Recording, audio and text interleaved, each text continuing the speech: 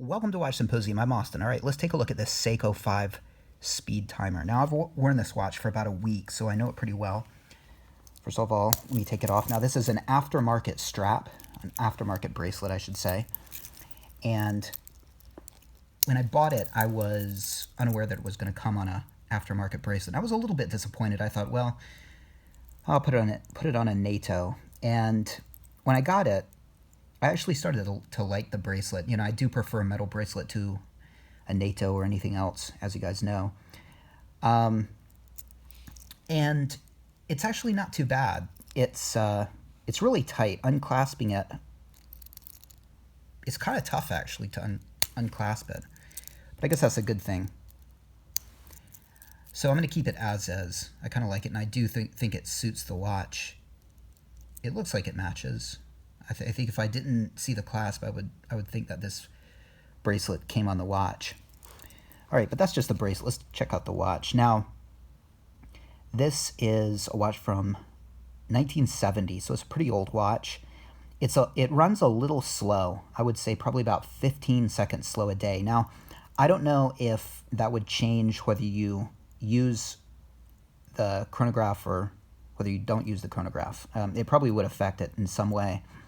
But it is slightly slow. I think it probably needs an overhaul at some point, and yeah, I probably will do that. I like this watch enough, so I think I probably will have it worked on.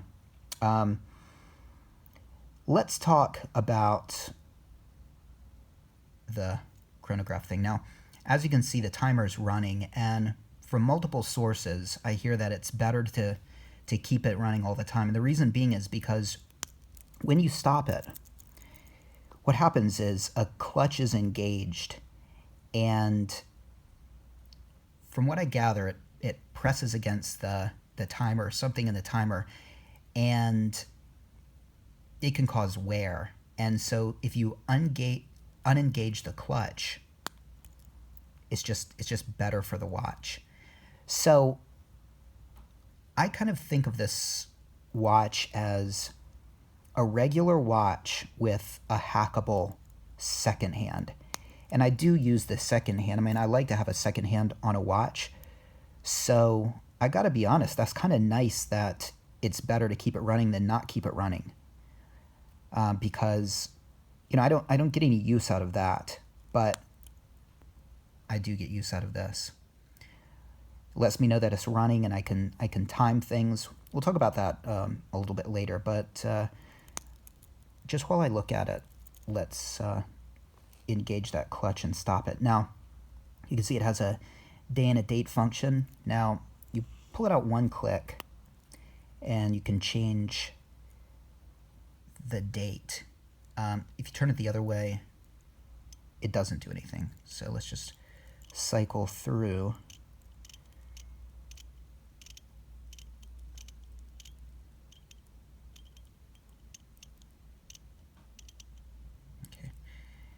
And if you pull it out one more, then you can change the time.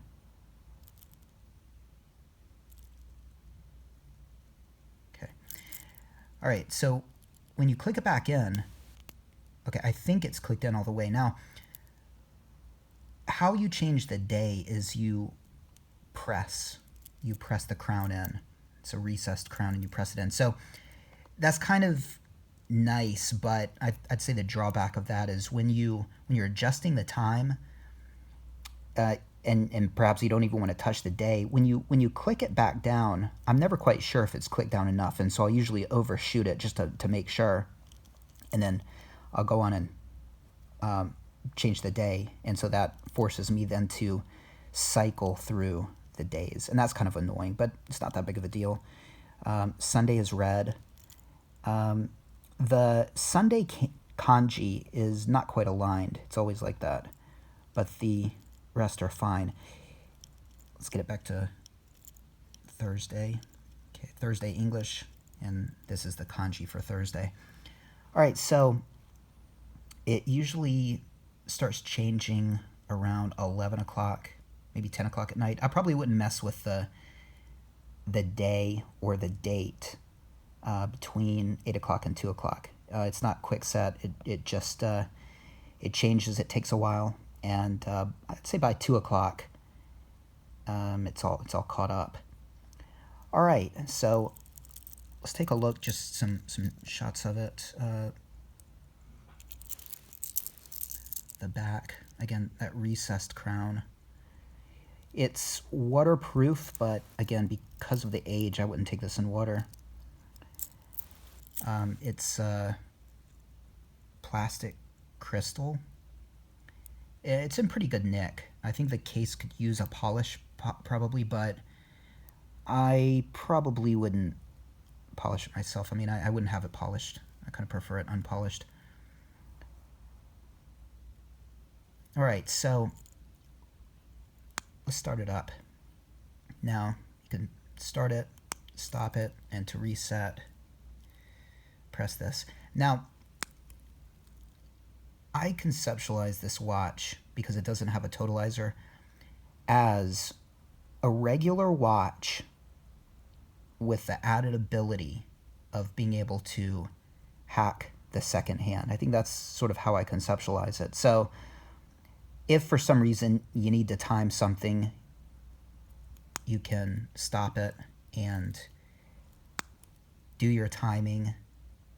And okay, I wanted to time that. It was 5 seconds. Okay, so I check it. And then when you're done timing, you just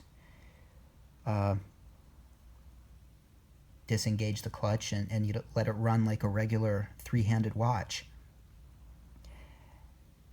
It is odd without the totalizer, and you know, would I prefer a totalizer on here? In a way, yes, but because I use this like a three-handed watch, I mean, I think having the totalizer down there, just, you know, keeping track of time, it would bother me a little bit more than this, because when you look at it, you know, there's no totalizer, and it looks like a regular three-handed watch with a functioning second hand. And really, the only difference is that I just have more control over the second hand. Now, one kind of interesting thing about this watch is that because you can hack the second hand, you can sort of use it as a placeholder. So, okay, the train is coming at 15 past, and I just want to take note of that. Well, I click it right there, engage the clutch, and when the minute hand gets close to the timer, then I know the train is leaving. So I use it in the same way as I use a rotating bezel. I guess the only drawback is if you want to set the timer, or you want to mark the time at, say, 55 past the hour. Well, you got to wait about 40 seconds for that to happen, whereas rotating bezel, you can set it in about 2 seconds.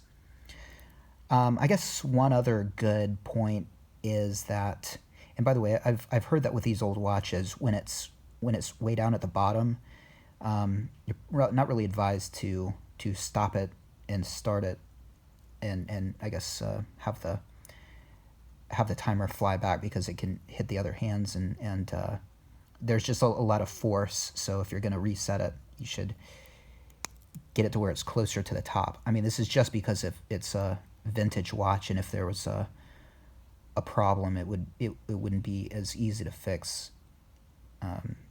as if, you know, this were a modern watch. So I guess you have to be a little bit more ginger with it. But look, I do stop it and reset it when it's down here. It's just if you want to be safe and not sorry, that's probably not a good thing to do, apparently. But yeah, so you can use this sort of as a placeholder, but again, it's going to be more time consuming. If I want to set the placeholder at, say, 55, well, I'm going to have to start it, and then it's going to have to go all the way around before I stop it. So a bezel is going to be probably better to mark time with, but you know, this it's not bad. One interesting thing about this watch is you don't have to stop it before you send it back. You can just send it back and it starts automatically. And there's a name for that. I want to say, well, I don't want to misstate it. You guys can write in the comment section what that's called. But apparently it's kind of a special thing to be able to just time things. So this would be a good watch if you were, say, timing really short races that finish in under a minute. And you have a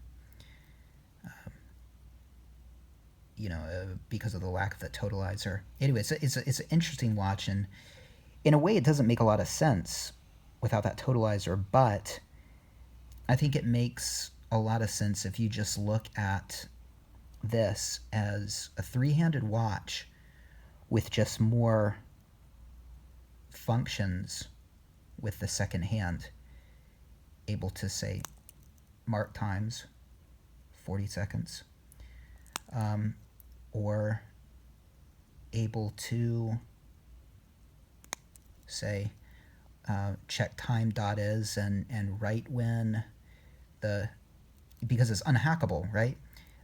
Right when time.is is right at the 0 second mark, you can start this.